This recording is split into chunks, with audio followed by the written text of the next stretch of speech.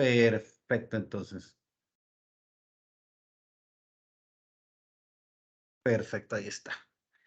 Buenos días a todas y todos. Pues sean bienvenidos a esta su escuela de capacitación judicial. A nombre del Pleno del Consejo Nacional de la Judicatura les damos la más cordial bienvenida y es un gusto que nos acompañen en este tipo de actividades porque sin su presencia pues sería una actividad que no tuviera el realce que tiene que tener. A partir de ahí pues decirles o comentarles que ahora vamos a hablar de una temática muy importante, pero antes de todo, pues vamos a saludar a las respetables autoridades del Pleno del Consejo Nacional que nos acompañan el día de ahora, y es el caso de la maestra Verónica González Penado, a quien le agradecemos su tiempo, y los demás miembros del Consejo Nacional, pues no se han podido conectar, sin embargo, siempre están pendientes de este tipo de actividades. También al señor capacitador, al doctor Ernesto Ábalos, Mario Ernesto Ábalos Ayala, a quien agradecemos su presencia y sobre todo que nos va a compartir un poco de esta temática que a mí particularmente siempre me ha llamado la atención porque mezcla dos elementos, como lo es nombres de dominio y propiedad intelectual, una cuestión bien curiosa realmente. Y también a la licenciada Bessie Aguirre, quien es la subdirectora de la Escuela de Capacitación Judicial, que nos acompaña el día de ahora. También al doctor Luis Alonso Ramírez Menéndez. ¿Qué tal, doctor? Un gusto tenerlo por acá. Estimado Edith Alcide, un gusto de conocer también al nuestro facilitador, al maestro Mario Ernesto Ábalos Ayala, y pues por supuesto a nuestra directora en funciones, Bessie Aguirre, y un abrazo para nuestra colega, compañera, Verónica Lisset González Penado, otra de nuestras consejeras. Gracias, un gusto. Buenos días a Gracias, todas, a doctor. todos. Un gusto. Gracias, doctor. Cedo la palabra también a la licenciada Verónica Lisset González, quien va a dar unas palabras relativas y un saludo también a los participantes. Bienvenida.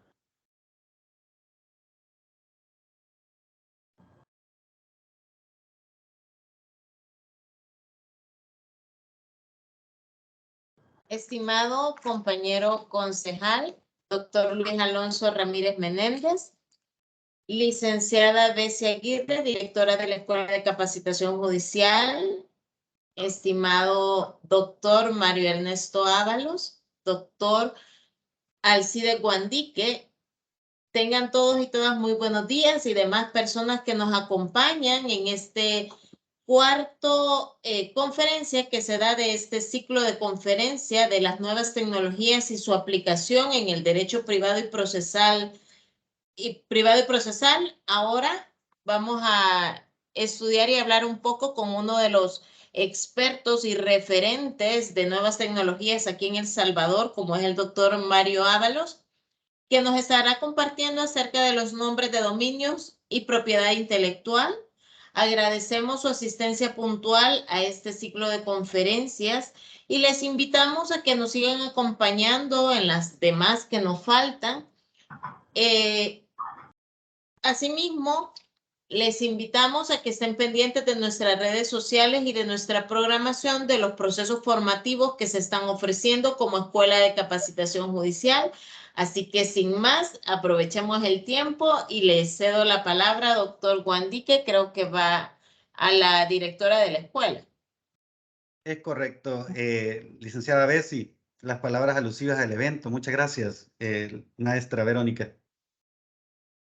Respetables autoridades del Pleno del Consejo Nacional de la Judicatura, máster Verónica González Penado y doctor Luis Alonso Ramírez Menéndez, señor capacitador, doctor Ernesto Ábalos Ayala, apreciables capacitandos del ciclo de conferencias Las nuevas tecnologías y su aplicación en el derecho privado y procesal, en su cuarta conferencia denominada Nombres de dominio y propiedad intelectual. Coordinador del área de Derecho Privado y Procesal, doctor Edith Alcide Guandique, comunidad jurídica en general, tengan todas y todos muy buenos días. Es gratificante compartir con todas las personas que se encuentran conectadas en esta conferencia virtual, ya que sin su presencia estos esfuerzos de capacitación no tendrían éxito. Esta actividad responde a la necesidad constante de la actualización de conocimientos que tenemos las personas que nos dedicamos a la abogacía. La evolución de la tecnología ha aparejado un cambio significativo en la manera de hacer las cosas, situación que conlleva una transformación del derecho, pues el mismo debe adecuarse a las nuevas situaciones que demandan su atención. Ejemplo de ello es lo relativo al uso del Internet y a los aspectos relacionados con, por ejemplo, los nombres de dominio. Esta categoría informática, es decir, los nombres de dominio, pueden ser definidos según la Organización Mundial de la Propiedad Intelectual, OMPI, como las direcciones de Internet fáciles de recordar y suelen utilizarse para identificar sitios web. Los nombres de dominio constituyen también la base de otros métodos o aplicaciones en Internet, como la transferencia de ficheros y las direcciones de correo electrónico. Entonces, esta categoría se encuentra estrechamente vinculada con la propiedad intelectual, pues, como es sabido, protege las invenciones del intelecto de las personas. Para el caso, los nombres de dominios son el resultado de ello. Por lo tanto, se encuentran protegidos ante terceros que quieran plagiarlos o dañarlos. Es en ese sentido que esta actividad académica permitirá realizar un análisis teórico práctico común, sobre todo por los aspectos generales de la protección jurídica que se realiza a los nombres de dominio. Para ello contaremos con el valioso apoyo del doctor Mario Ábalos Ayala, quien en las siguientes horas compartirá sus conocimientos generales sobre las temáticas mencionadas. Es así como, mediante esta conferencia virtual, tendremos la oportunidad de contar con un experto y conocer las nociones básicas sobre los nombres de dominio y de sumar al fortalecimiento de las diferentes competencias a la comunidad jurídica en general. Que tengamos todas y todos una fructífera jornada y un feliz y productivo día. Buenos días, Teodoro. Muchas gracias, licenciada Bessie. Bueno, ahora vamos a proceder a leer un poco acerca del extracto del currículum del doctor Mario Ernesto Ábalos Ayala.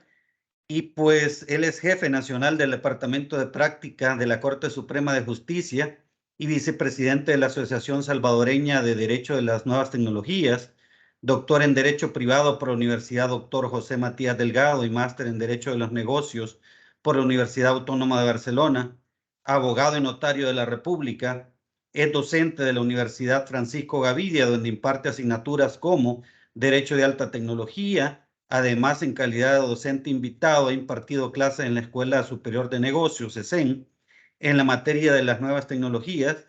Ha sido conferencista en temas relativos a las nuevas tecnologías y, como bien decía, la maestra Verónica es una de las voces más autorizadas para hablar de esta temática de derechos de nuevas tecnologías y sobre todo de nombres de dominio. Yo particularmente, él fue uno de mis jurados de tesis y sé que sabe al respecto de esta temática realmente. Nombres de dominio, vamos a ir viendo que son unas cuestiones del intelecto y son unas situaciones que tienen que ver con el ámbito del Internet, del metaverso y toda esta situación.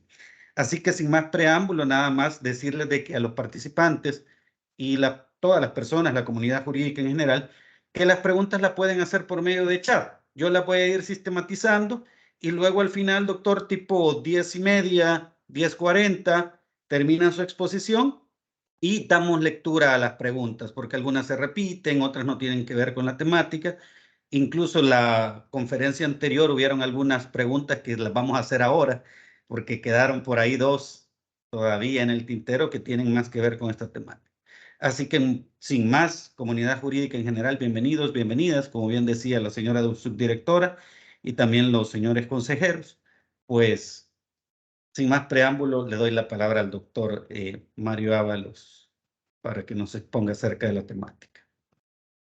Bueno, muchas gracias, estimado doctor Edis Alcide Guandique. Principalmente agradecer al Consejo Nacional de la Judicatura a través de sus autoridades, de los señores consejeros.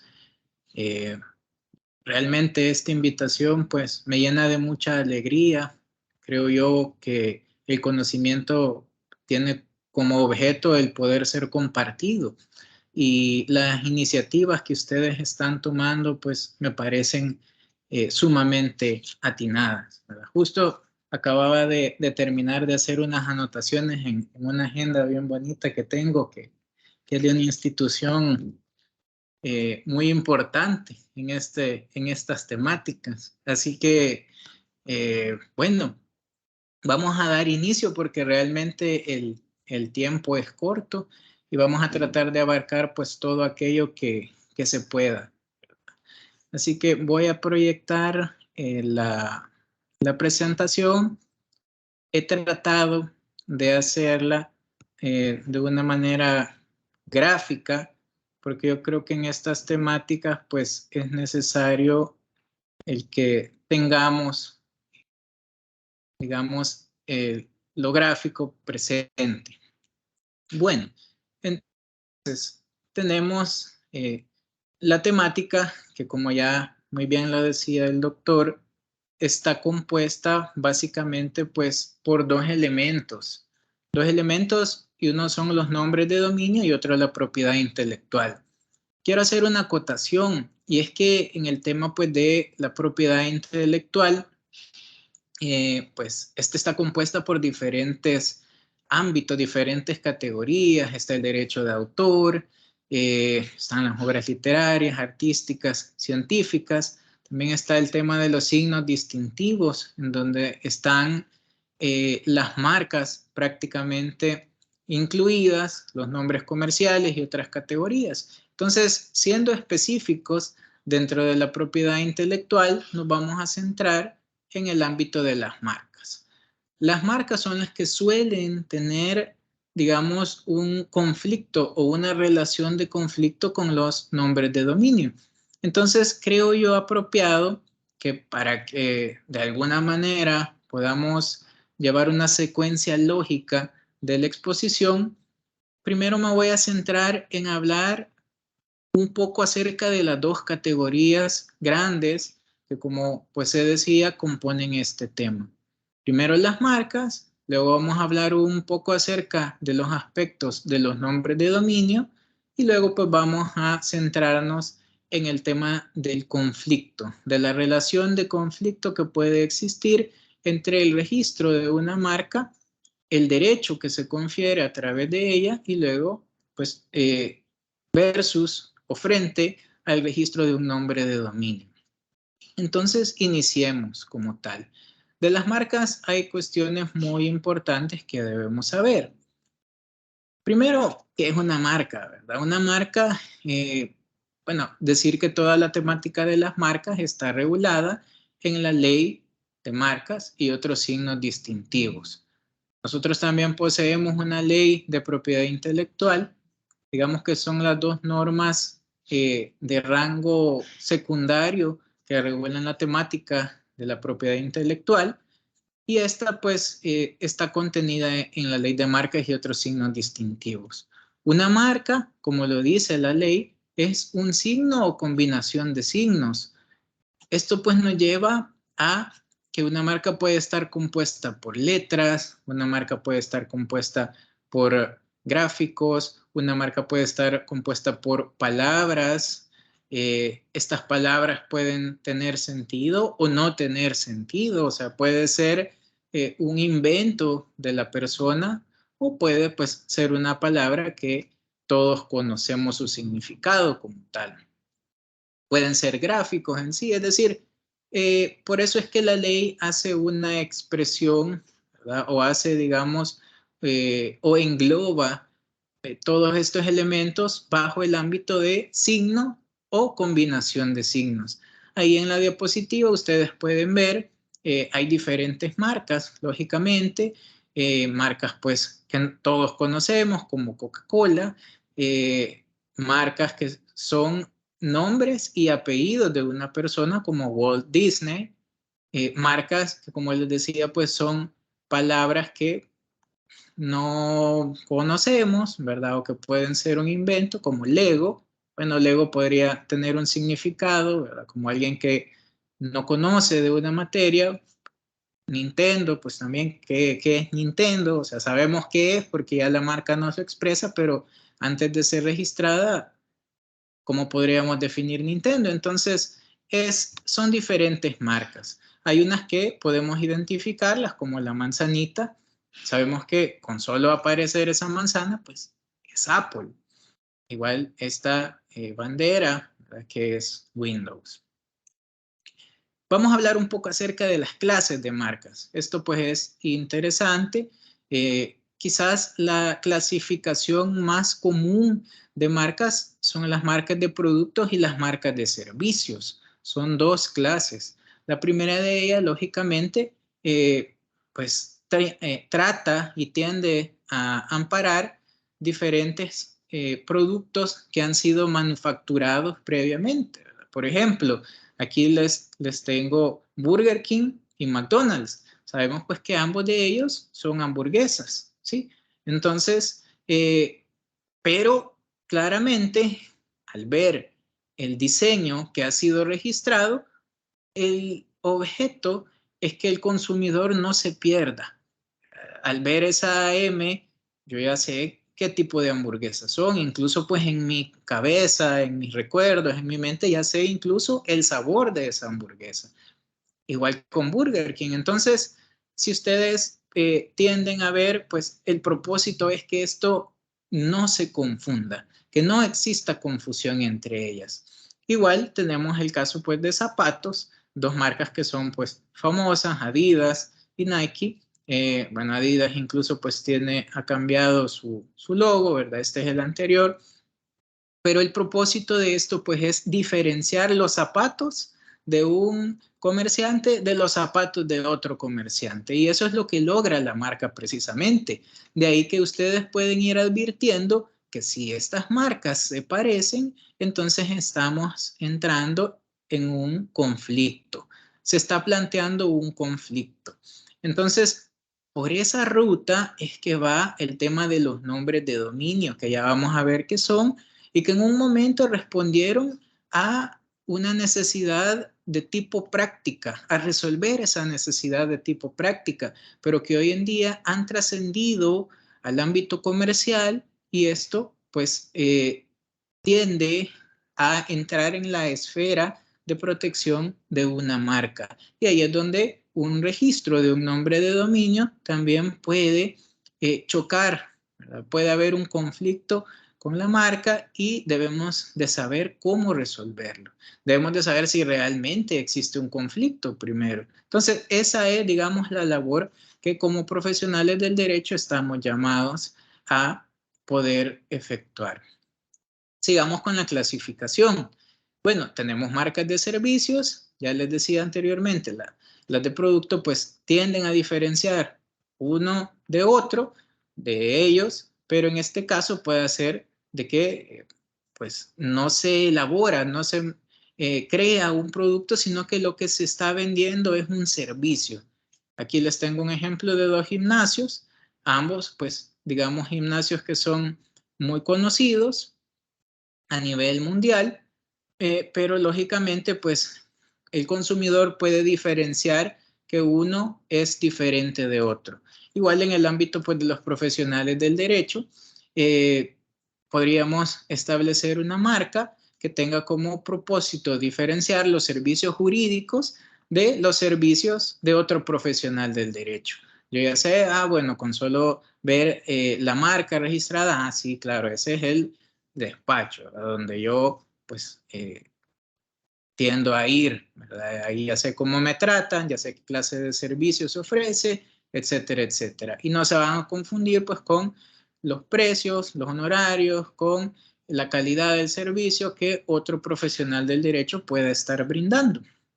También tenemos las marcas colectivas. Estas marcas, básicamente, como lo establece la ley, su titular es una persona jurídica y tiene como propósito agrupar otras personas jurídicas. Más bien, bueno, pueden ser personas jurídicas o pueden ser personas naturales a su vez, y estos últimos son regulados o su actuación se regula conforme a un reglamento. Les pongo un ejemplo, ¿verdad? Son pocas las que existen. De hecho, pues esta es la que conozco aquí, salvadoreña, ACPAMOL. prácticamente pues lo que trata de amparar es la Asociación de Comerciantes de Pupusas de Arroz, el Manguito de Olocuilta. Entonces, todo aquel que tiene este diseño o que incorpora, todo aquel comerciante, todo aquel que se dedica a la venta de pupusas e incorpora este diseño que ya está previamente registrado, se entiende que es parte de esa asociación como tal y lógicamente pues autorizado y bajo los estándares, bajo los ingredientes, bajo el sabor que pues se acostumbra en este tipo de pupusas. Es interesante porque hay diferentes clases de marcas. También están las marcas de certificación. Esto pues se ha puesto de moda ya desde hace algunos años. Por ejemplo, cuando vemos esa marca que dice ISO 9000, ya sabemos pues que esto implica previamente que existe un proceso, ¿verdad? Es decir, que el trabajo que realiza X persona o X natural o jurídica está certificada como tal por esa marca. Es decir, que sus procedimientos, que sus antecedentes, que todo lo que realiza pues está conforme a un procedimiento que se considera pues exitoso. Entonces, mientras se mantiene eso, podemos decir, bueno, el procedimiento es bueno.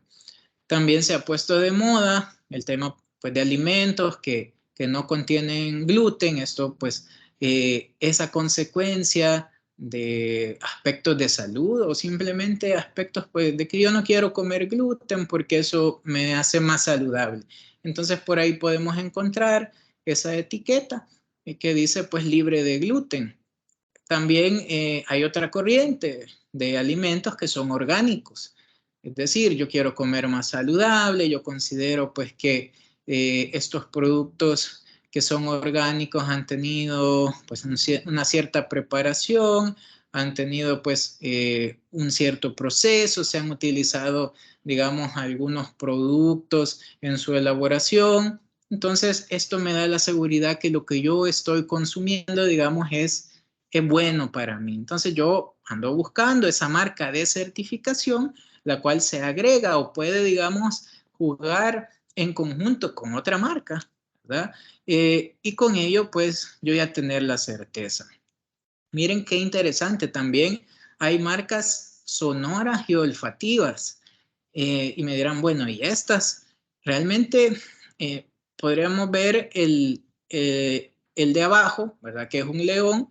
Este león, yo estoy seguro que la mayoría de ustedes prácticamente saben o en su cabeza, pues incluso suena ese león. Si no pusiéramos esta imagen y solamente se escuchara el león, yo estoy seguro que pues, muchos de ustedes identificarían que se trata pues de Metro-Goldwyn-Mayer. Entonces, ese sonido como tal ha sido susceptible de registro. Y las marcas olfativas, bueno, esta pelota que ustedes ven arriba, pues tiene la particularidad básicamente de tener un olor particular. El olor particular es que sabe a césped recién cortado. Es decir, ustedes ya han visto, digamos que el césped está mojado, justo cuando lo acaban de cortar, tiene un olor particular. Entonces, cuando esto ha sido o cuando esto ha ocurrido, pues nosotros lo identificamos. Si esta pelota pues, no nos la pusieran a la vista, sino que solo nos dijeran olfatea la pelota, entonces nosotros pues podríamos identificar que se refiere a esa marca, que es una marca olfativa como tal. Otro aspecto a considerar de la primera clase que estamos hablando de las marcas es que existen marcas notorias y marcas famosas.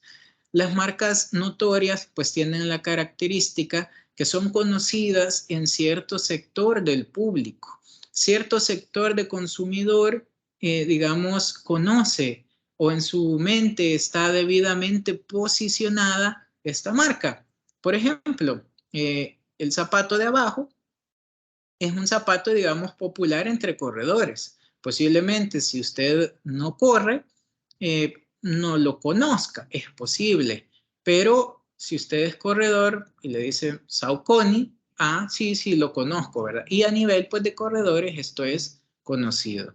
También Graco, bueno, si uno es papá, normalmente sabrá a qué se refiere. Entonces, estas marcas están posicionadas en sectores específicos de consumidores, en grupos específicos de consumidores y han, digamos, tenido ese grado de conocimiento.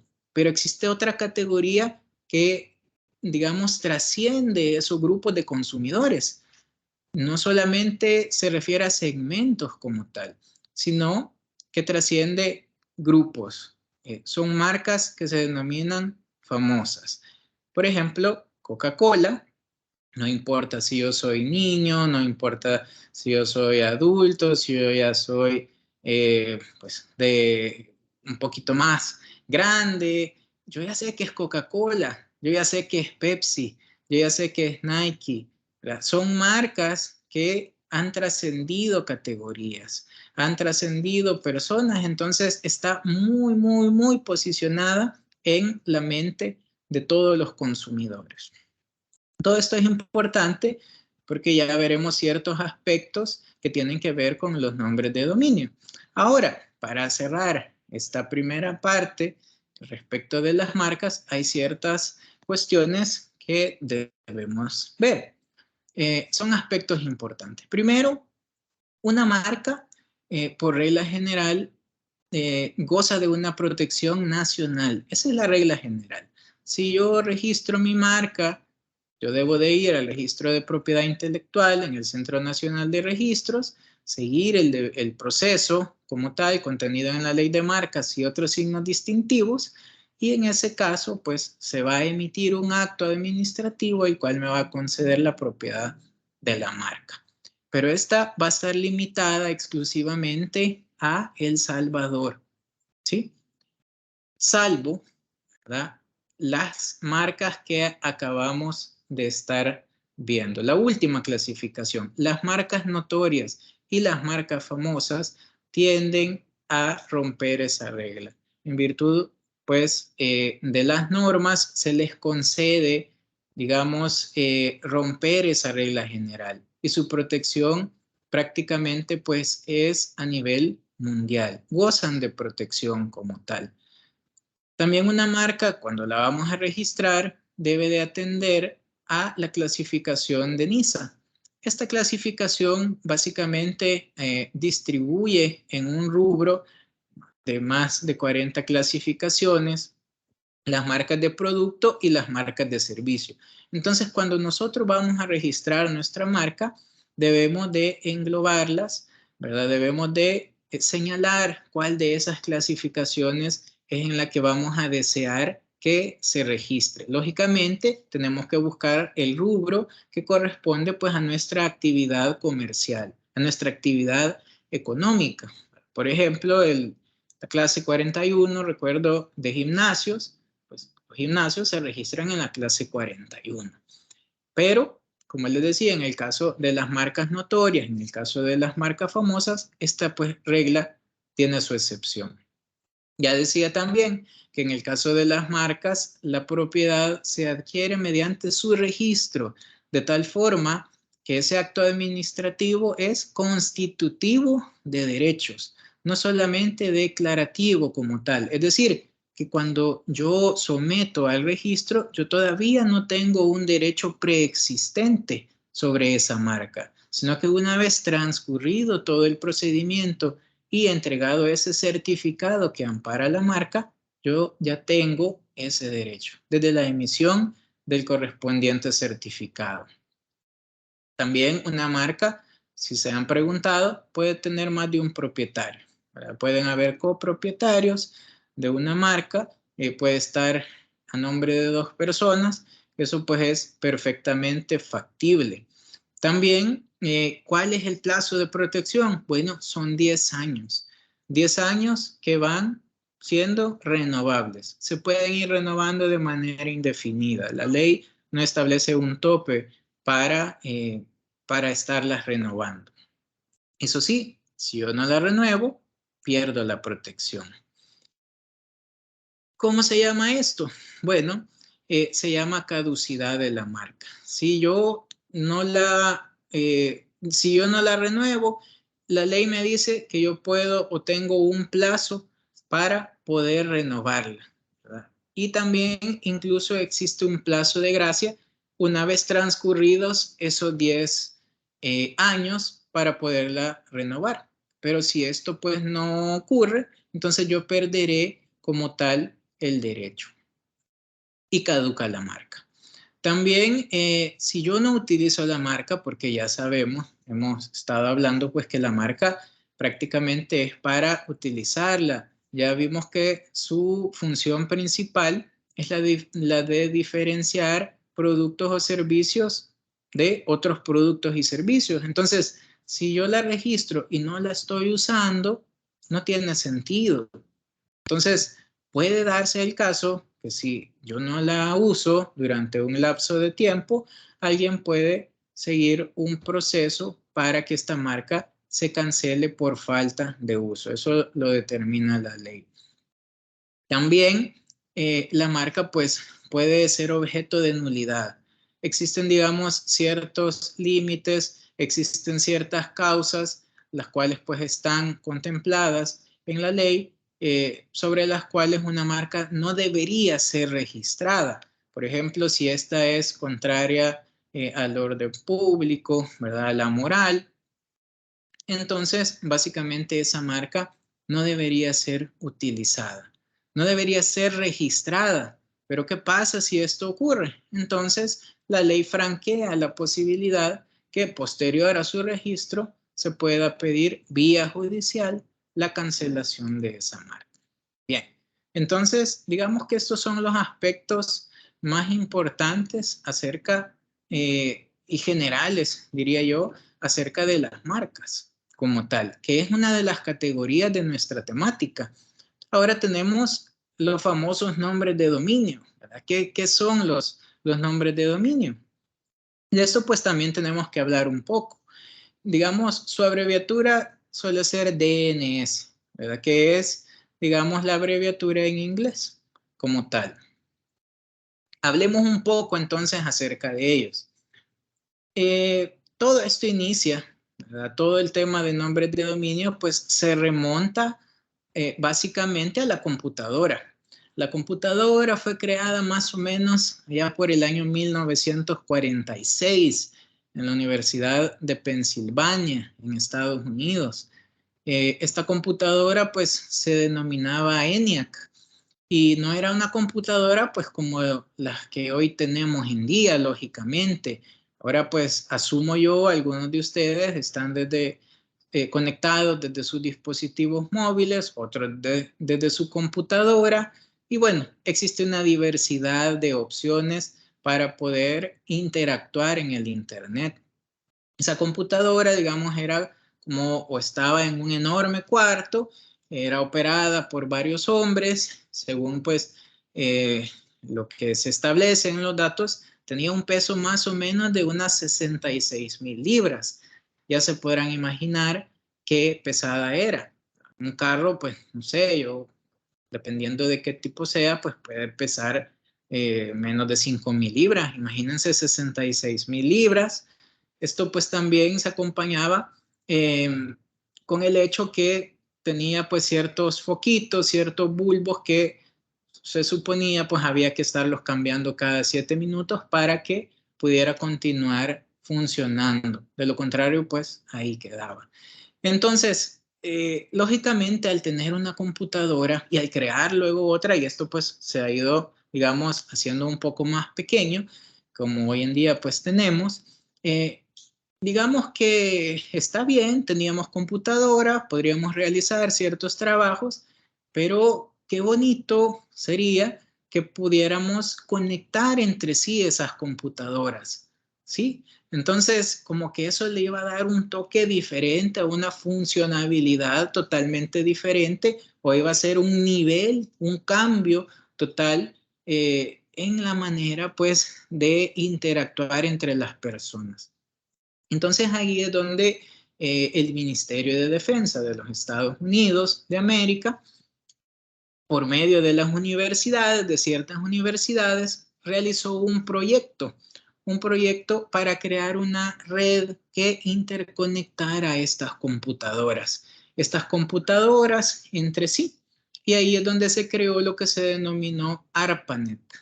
Esta ARPANET, digamos, es la primera red existente como tal. Entonces, aquí viene, digamos, un elemento muy importante, y es que para que cada una de estas computadoras pudiera ser identificada en esa red, se le asignó un número único, y ahí es donde se crea el denominado IP, ¿verdad? La IP que ya hemos escuchado bastante. Ahí les pongo un ejemplo. Está el 216.58.210.163. Si ustedes quieren, pueden hacer un ejercicio. Pueden digitar ese número en su navegador. No les va a pasar nada, se los prometo. Pero ese número les va a cargar un sitio web. Ahí ustedes pues me dirán qué sitio web es. Entonces, esto obedece a que el sitio web que les va a cargar está almacenado en un dispositivo en alguna parte del mundo, porque recordemos que los sitios web, pues al final y al cabo son imágenes, son palabras, es decir, texto, son sonidos, videos, o sea, multimedia en general. Y eso pues tiene su peso, eso debe o se materializa en algún dispositivo. No es que ande así de forma etéreo, ¿verdad? No anda volando en el aire, sino que eso está almacenado y quien carga ese sitio web accede al dispositivo que en alguna parte del mundo se encuentra, lo cual es muy interesante. Y eso es parte, pues, de lo que conocemos como Internet. Al final, Internet es una red de dispositivos interconectados. No digo solo computadoras, porque eso sería estar afirmando a medias. Estamos hablando de tablets, estamos hablando de computadoras, estamos hablando de teléfonos, y no solo hablamos que tenemos un dispositivo, ¿verdad? Hagan la cuenta de cuántos dispositivos tienen ustedes. Estoy seguro que cada uno tiene al menos dos, ¿verdad? Una computadora y pues tiene un teléfono. Y si no, pues tienen también una tablet y a lo mejor dos teléfonos. Entonces, todo eso usualmente está conectado, tiene acceso a Internet. Entonces, cada uno de esos dispositivos tiene un IP.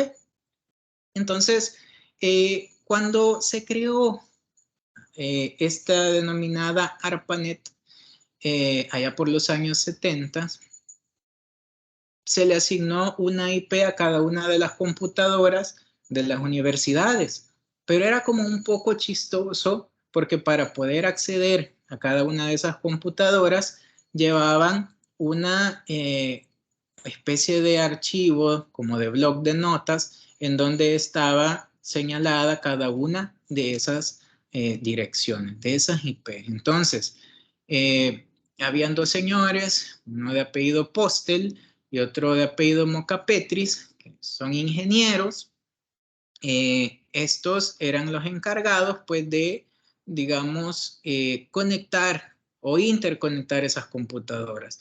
Digamos que si una universidad desea conectarse con una computadora de otro lugar, de otra universidad, lo que ocurría es que llamaba a un número telefónico, le contestaba, por ejemplo, este señor Postel, o Postel, y le decía, mire, necesito conectarme con la computadora número 3 de la Universidad de Berkeley. Ah, sí, ok, con gusto.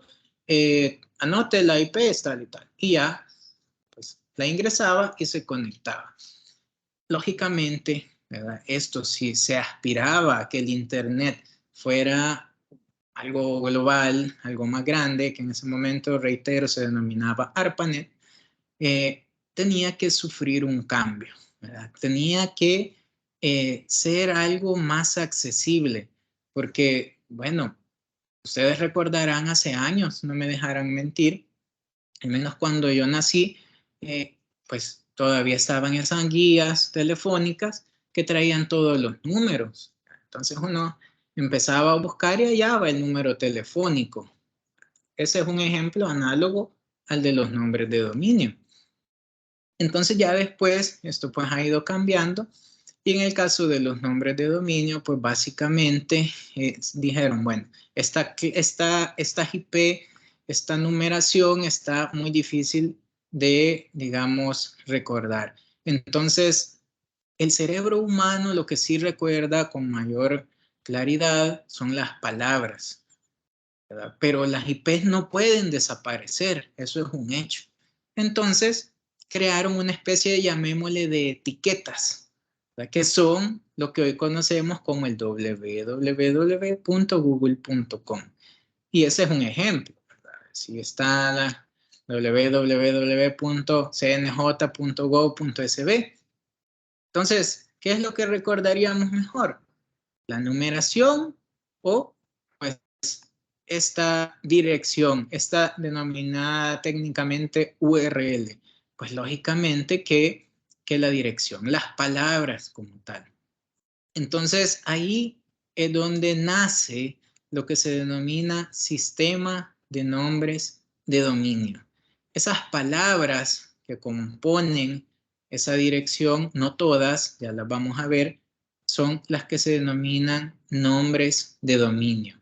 Y esto que nació en su momento como una forma de resolver una necesidad práctica, luego en nuestros días se traduce ya como un problema, digamos, a resolver por el derecho de propiedad intelectual.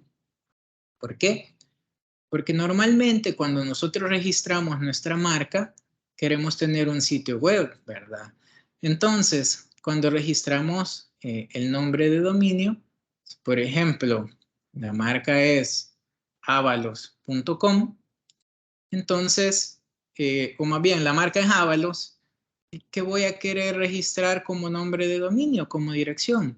Pues avalos.com, avalos.com.sb, avalos.sb, es decir, algo que sea idéntico o muy similar a mi marca registrada previamente. Pero ¿qué pasa?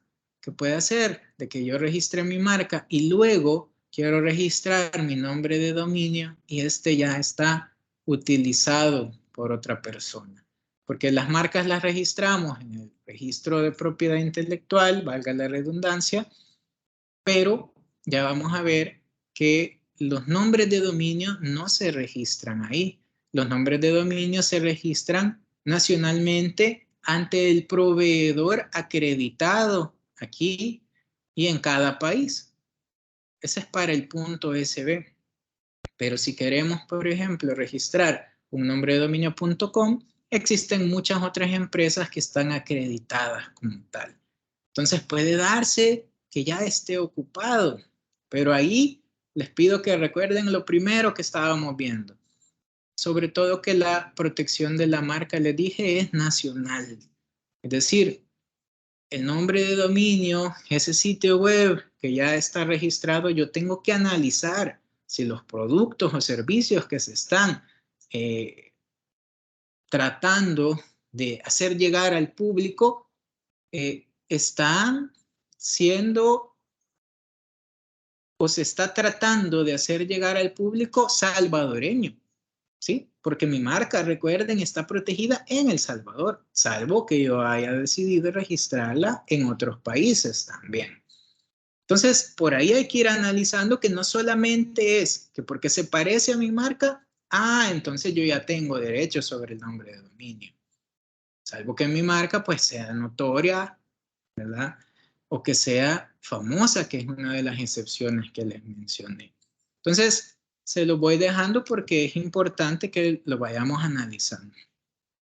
Una pregunta muy interesante es cómo se enlazan estos dispositivos, ¿verdad? Porque ya les había dicho anteriormente que el Internet al final es una suerte pues de interacción de dispositivos y estos dispositivos pues de alguna manera deben enlazarse. Si yo cargo un sitio web no sé, cualquiera, el que se les ocurra, un Amazon que es grande, ya les dije, está, digamos, físicamente en algún servidor.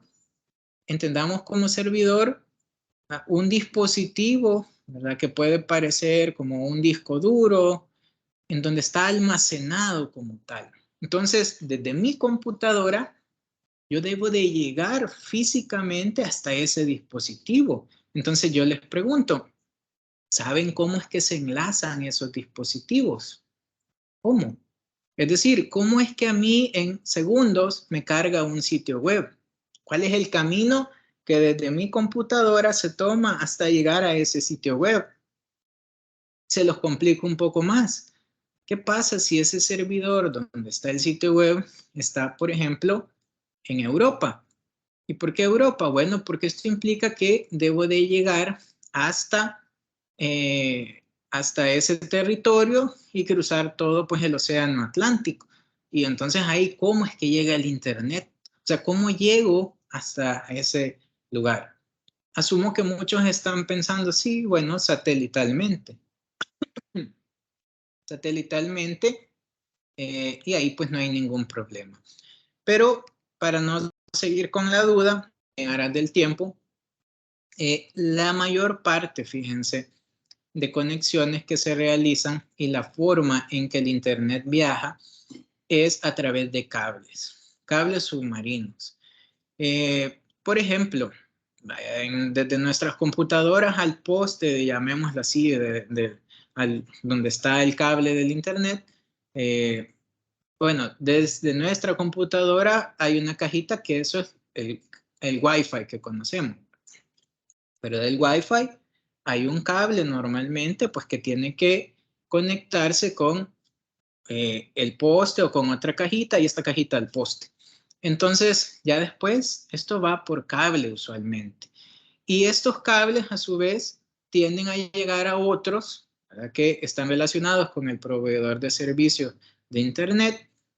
Y estos cables, digamos que recibe el proveedor de servicio de Internet, suelen estar en las playas. Ahí es donde está, digamos, su punto de conexión.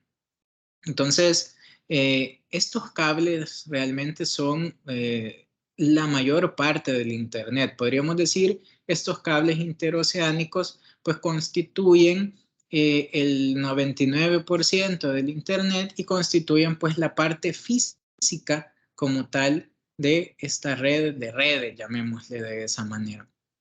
Estos cables pues están conectados y están instalados en el mar y pues pueden llegar a profundidades de más de 1000 metros, dependiendo, ¿verdad? Pueden ser cables que tienen más de 2000 kilómetros de extensión. A mí me gusta ser un poco interactivo. Voy a dejar de presentar esto. Voy a tratar, bueno, y vamos a tratar, bueno, espero que cargue. Existe, y si no, desde sus computadoras, pues ustedes pueden hacer el ejercicio. El ejercicio, pues, que nos va a permitir saber cuántos cables, por ejemplo, existen en el mundo, ¿verdad? Hay una página, ustedes pueden poner en Google, pueden, digamos, buscar submarino, cable, de cable, de mapa.com. Esa página lo que les va a permitir pues es ver todos los cables que existen, en qué playas aterrizan, su longitud, quiénes son los propietarios, etcétera, etcétera, etcétera. Es decir, es una página pues bastante buena, bastante pues, y así pues existen muchas más que pues básicamente, digamos, pueden darnos toda esa información. Bien, no sé si, vamos a ver, bueno, les pido que puedan ingresar a esa página porque en este momento no me lo ha permitido hacer el cambio. Déjenme ver. Ahora sí. Lo vamos a ver así rapidito. Voy a hacer el cambio por aquí. Aquí tengo, son algunas cosillas que les quiero mostrar. Aquí vamos a ver luego esa página, pero miren, aquí está esta página, ¿verdad? Esta página aquí tiene pues todos los cables. Podemos centrarnos en El Salvador. Es interesante porque fíjense que en el caso de El Salvador no tenemos un cable que llegue justo hasta nuestras playas. Entonces, ¿qué implica eso? Implica pues que el internet nuestro lo recibimos pues de Guatemala o de Honduras. Pero podemos ver, por ejemplo, este cable se denomina Arcos. Y aquí está. Miren qué interesante. Todos estos puntos son en donde aterriza el cable. Y aquí está la información. Es del 2001 de diciembre. Tiene 8.600 kilómetros. Aquí están todas las personas que son los propietarios y bueno, cierta información. Todos los puntos de conexión como tal. ¿Sí? Entonces, esta es la forma en que se entrelaza, digamos, un dispositivo con otro cuando debe de trascender, digamos, fronteras. Voy a regresar a nuestra presentación y tenemos que ver un poco pues acerca de cuáles son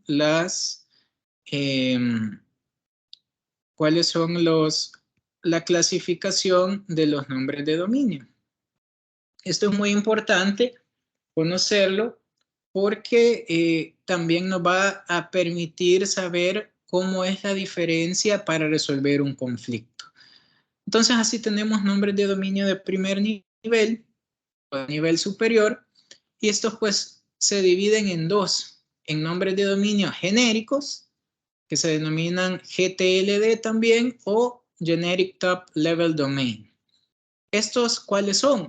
Bueno, son el clásico .com, .net, .org y también están los nombres de dominio correspondientes a código de país, ¿verdad? Estos, como les decía anteriormente, tienen que ver con cada uno de los empresarios, llamémosle así, o de las personas que están acreditadas para poder prestar el registro de estos nombres de dominio, tales como el .sb, como el .gt, como el .hn. Ya sabemos que .sb es para El Salvador, .gt es para Guatemala, .hn para Honduras, .us para Estados Unidos y así. Cada país pues tiene su nombre de dominio correspondiente a código de país. También en el caso pues de los nombres de dominio de tipo genérico, tenemos que tienen o que poseen una doble clasificación. Esta doble clasificación se da en abiertos y restringidos. Los abiertos ya se los indicaba anteriormente, pues son el .com, el .net, el .org y los restringidos pueden ser .edu, que está, digamos, reservado pues para instituciones educativas, .gov, para gobierno, ¿verdad? Y así, ¿verdad? El .arpa responde a la red que les decía, a ARPANET, que fue la primera creada, y así existen diferentes. Entonces, esto les pido que por favor lo tengan muy presente. Los nombres de dominio genéricos, bueno, los de primer nivel se dividen en dos, genéricos y de código de país. Y los genéricos tienen una subclasificación en abiertos y restringidos. Esto, digamos, tiene un nivel un poco más profundo, ¿verdad? Pero para efectos de nuestra plática, esto nos sirve mucho. Ahora, tenemos los nombres de dominio de segundo nivel. ¿Cuáles son esos? Bueno, básicamente es esa palabrita que confluye o que coincide normalmente con nuestra marca registrada. Por ejemplo, CNJ, OMPI, CNR, Pizza Hut, Nike, Adidas, CSJ. Esa palabra, digamos, es la que suele coincidir o ser usualmente la que elegimos y que tiene una coincidencia pues con nuestra marca. Pero ambos nombres de dominio, tanto el de primer nivel como el de segundo nivel, son importantes conocerlos, entenderlos, para saber si esto pues juega a la hora, digamos, de resolver un conflicto. Bien, hay unas categorías que no coinciden o que no constituyen con los nombres de dominio, y esto es importante saberlo. Me imagino que algunos de ustedes se lo estaban preguntando. Por ejemplo, el www, eso pues no es parte de los nombres de dominio. También los subdominios. Ahí les pongo un ejemplo. Aquí tenemos sev.cnj.gov.sb. Esta palabrita sev es un subdominio. Esa no constituye o no entra dentro de las clasificaciones de nombre de dominio de primer nivel ni de segundo nivel. Hay algunas personas que dicen este es un nombre de dominio de tercer nivel. Pero realmente para la resolución de conflictos, este viene siendo irrelevante. Si tomamos este mismo ejemplo que yo les estoy mencionando, podríamos identificar aquí, y quisiera pues que ustedes lo hicieran aquí conmigo. En el ejemplo este, el punto .sb sería un nombre de dominio ¿de qué tipo? De primer nivel, bajo la clasificación que hemos hablado. Nombre de dominio de primer nivel, pero genérico o de país, de código de país. Es de código de país. El .gov siempre se mantendría como un nombre de dominio de primer nivel. Es como tal, solo que no es de código de país, sino que es de tipo genérico. Y dentro de la clasificación que hablamos es de aquellos restringidos, porque su uso, pues, digamos, está reservado para el gobierno. De ahí, pues, CNJ. CNJ vendría a ser básicamente el nombre de dominio de qué tipo o de qué nivel. De segundo nivel, ¿sí? Entonces, si determinamos, si logramos identificar eso en una dirección web, hemos comprendido perfectamente y nos va a servir. Luego el HTTP pues no es, digamos, como tal, algo que se constituya como un nombre de dominio, sino es un protocolo de conexión del Internet. Bien. Ahora, otro aspecto muy importante a tomar en cuenta son las autoridades acreditadoras de registro de nombres de dominio. Es decir, ya dijimos de que las marcas se registran en propiedad intelectual, pero en el caso de los nombres de dominio, yo tengo que ir, digamos, a las empresas que están acreditadas como tal para poder otorgar esos nombres de dominio. Y bueno, a partir de ello surge la pregunta, ¿y estas empresas quién las acredita? Ahí es donde son, o es muy importante conocer estos dos nombres, ICANN y ANA. ICANN, que es la Corporación de Asignación de Nombres y Números de Internet, y ANA, pues es una autoridad de números asignados de Internet. Básicamente, IANA se encuentra dentro de ICANN. ICANN es como género y ANA la especie. Entonces, a partir de ICANN es donde nace, digamos, el tema de nombres de dominio.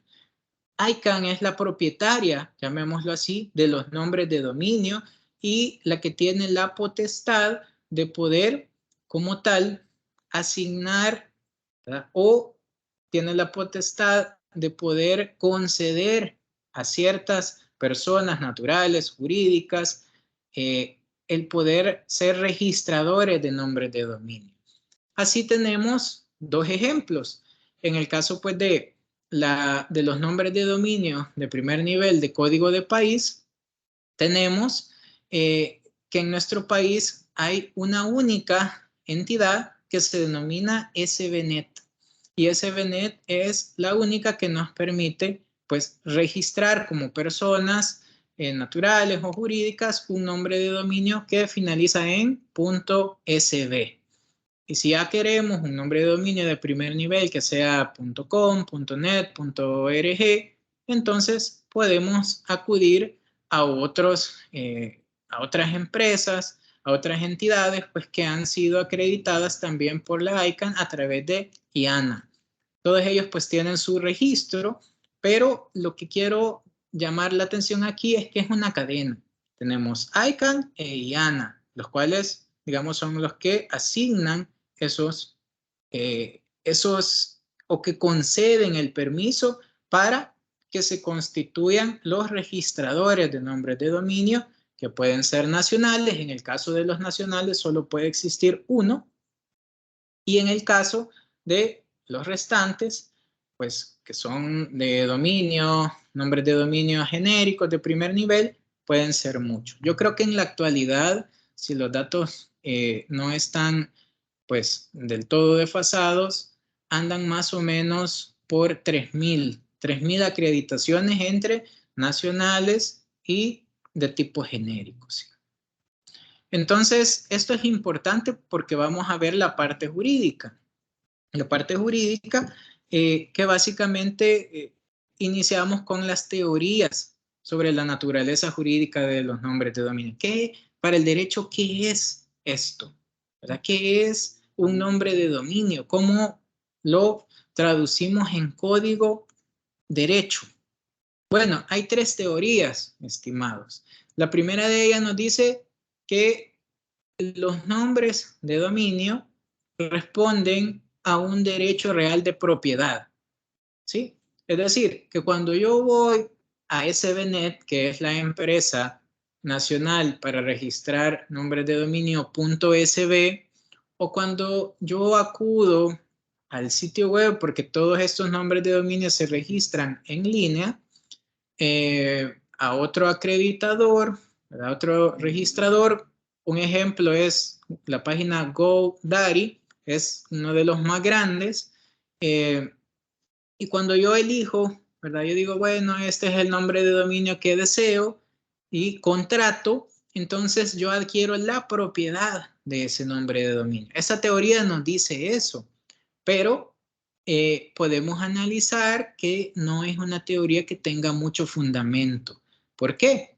Porque ya les acabo de decir que ICANN y IANA pues son las instituciones, son personas jurídicas sin fines de lucro que prácticamente están a nivel mundial, tienen su sede central en Estados Unidos, pero ellos son los que poseen como tal, los dueños de estos nombres de dominio. Y la facultad que dan a las empresas registradoras es únicamente la posibilidad de dar el uso de estos nombres de dominio a los particulares que así los seleccionen. Entonces, de tal forma que el registrador, la SBNet o GoDaddy, no pueden dar lo que no tienen. Si ellos no tienen el derecho de propiedad, pues tampoco lo vamos a poseer nosotros como tal. ¿Sí? Si esta teoría, digamos, fuera cierta, entonces también podrían darse ciertas cuestiones muy interesantes a nivel jurídico. Por ejemplo, que yo pudiera separar la nuda propiedad y el usufructo de un nombre de dominio, cosa que no ocurre, ¿verdad? No ocurre porque pues no es factible jurídicamente. También yo podría dejar en mi testamento pues que estaría heredando a una persona este nombre de dominio como tal, ¿sí? Entonces, hay diferentes aspectos, como también el caso de un modo de adquirir, ¿verdad? Podríamos hablar que se adquiere su propiedad a través de la accesión, a través de la prescripción, a través de la sucesión por causa de muerte. Podríamos analizarlo y nos vamos a dar cuenta que esto no ocurre a nivel internacional y que esto desmerita esta teoría. Entonces, más de alguno podría decir, mire, pero existen subastas de nombres de dominio. Yo he visto que lo venden. Hay nombres de dominio que son muy valiosos y se han vendido en millones.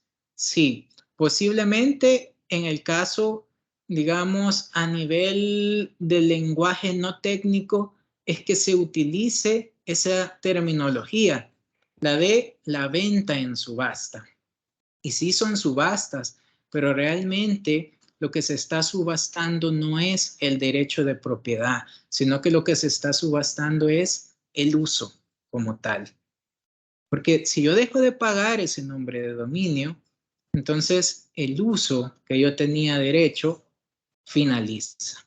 Y ahí es donde surge la segunda teoría, que la voy adelantando, pues es la aceptada. Cuando yo pues voy a uno de estos sitios, ¿verdad?, y yo deseo contratar un nombre de dominio, entonces yo lo que voy a adquirir es el uso. De tal manera que si lo dejo de pagar, voy a perder ese uso. Es como cualquier servicio como tal. Algo muy importante es que los nombres de dominio pues permiten la posibilidad que yo pueda ceder ese uso como tal. Algo que, por ejemplo, en un contrato de arrendamiento sabemos que no es posible, ¿sí?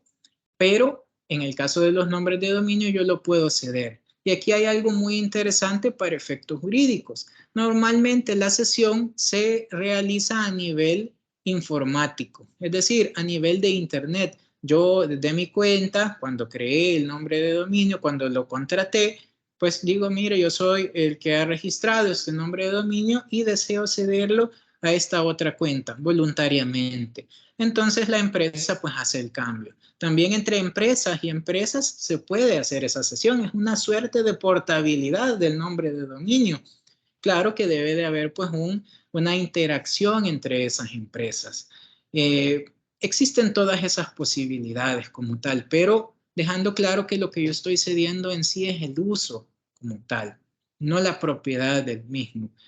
A pesar de que solamente se deba de realizar esto de esa forma, o que se hace a nivel electrónico, a nivel de Internet, ¿qué pasa si, por ejemplo, su cliente como notario le dice, mire, yo además de que esto ocurrió así, a mí me han pagado, ¿verdad?, por esta sesión que hice de este nombre de dominio, entonces quisiera pues que eso quedara documentado a través de un instrumento notarial. Entonces, les pregunto, ¿qué instrumento es el que ustedes consideran que debería otorgarse? ¿Será una escritura pública? ¿Será un acta notarial? ¿Podrá esto hacerse a través de un documento privado autenticado? Bueno, como no estamos así, digamos, para extender el ejercicio, el acta notarial no podría ser, porque sabemos que en la ley de notariado dice que estas se refieren a actuaciones que no puedan catalogarse como contratos. Y aquí estaríamos hablando de una cesión. Y esa cesión, pues, es un contrato como tal. Y esto, pues, nos podría llevar a responsabilidad. Por lo tanto, si llegara un cliente y le dice, mira, yo quiero documentar esta sesión a nivel jurídico, pues hagan una escritura, hagan un documento privado autenticado y con eso pues estaría perfectamente cubierto. Esto no es necesario, digamos, para efectos como tal de los proveedores, de los registradores de nombres de dominio. No le van a pedir, vaya, mándeme la escritura donde hizo la sesión. No. Recordemos que aquí lo que tratamos es como de ser antiformales, de resolver de manera antiformal, pero eso no quiere decir que no lo podamos documentar como tal o que alguien nos pueda solicitar. Y ahí es donde podemos, digamos, tomar a bien estos instrumentos. La última teoría nos dice, bueno, mire, esto realmente los signos distintivos, los nombres de dominio son signos distintivos, es decir, son marcas, o sea, están en las categorías de una marca, de un nombre comercial, de un emblema, están inmersos ahí. Pero si lo analizamos, al menos bajo nuestra perspectiva legal, bajo nuestro ordenamiento jurídico, veremos que en la Constitución sí se reconoce la propiedad intelectual, pero claramente se establece que este es conforme a la ley, es decir, siguiendo las formalidades establecidas en la ley.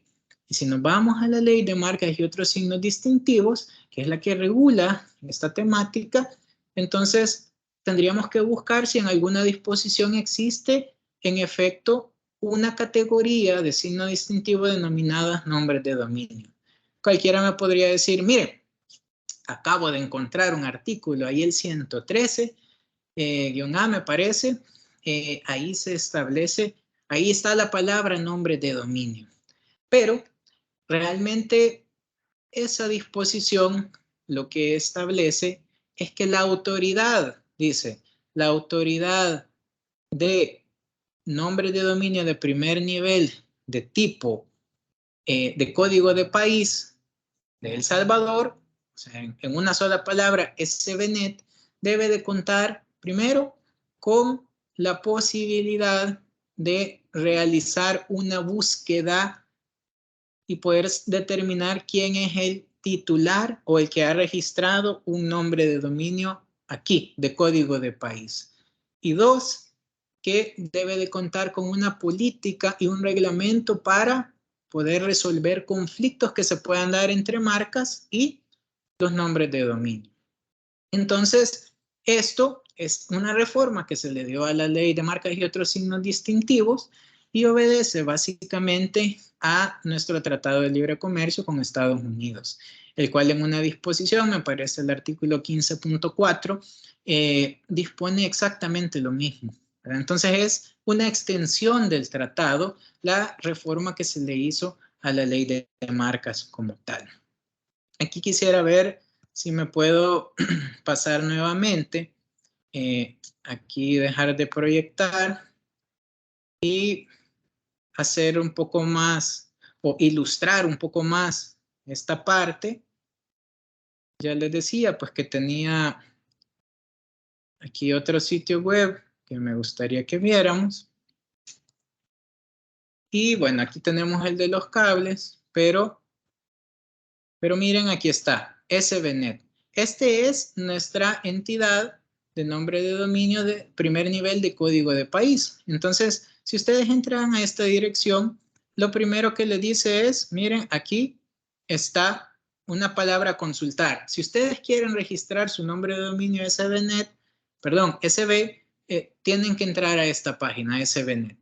Y aquí les va a decir si está disponible, pero también a través de este buscador se materializa como tal la disposición del Tratado de Libre Comercio y también la disposición de la Ley de Marcas y otros signos distintivos. Voy a poner CNJ. Vamos a ver, ¿verdad? Porque ya sabemos que existe la página cnj.gov.sb. Le voy a dar consultar. Miren, aquí me dice que cnj.gov.sb ya está registrado, ¿sí?